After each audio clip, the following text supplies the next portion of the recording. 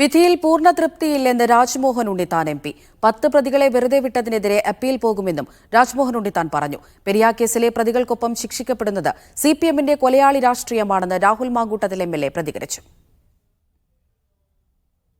സംസ്ഥാന ഗവൺമെന്റ് ഈ കേസ് തേച്ചുമാച്ചു കളയാനും പ്രതികളെ രക്ഷിക്കാനും വളരെ ശക്തമായി രംഗത്തുണ്ട് എന്നുള്ള യാഥാർത്ഥ്യം ഉൾക്കൊണ്ടുകൊണ്ടാണ്. അതുകൊണ്ടാണ് ഇപ്പോൾ 14 പ്രതികളെ ശിക്ഷിച്ചു, 10 പ്രതികളെ വെറുതെ വിട്ടു.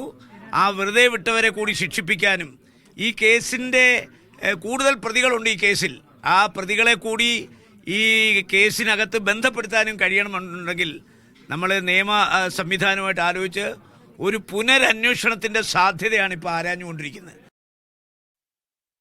ഈ 14 പേർക്കൊപ്പം ശിക്ഷിക്കപ്പെടുന്നത് സിപിഎമ്മിൻ്റെ കൊലപാതക രാഷ്ട്രീയവും ശ്രീ പിണറായി വിജയൻ്റെ കൊലയാളികളെ സംരക്ഷിക്കുന്ന രാഷ്ട്രീയം കൂടിയാണ് ശിക്ഷിക്കപ്പെടുന്നത്.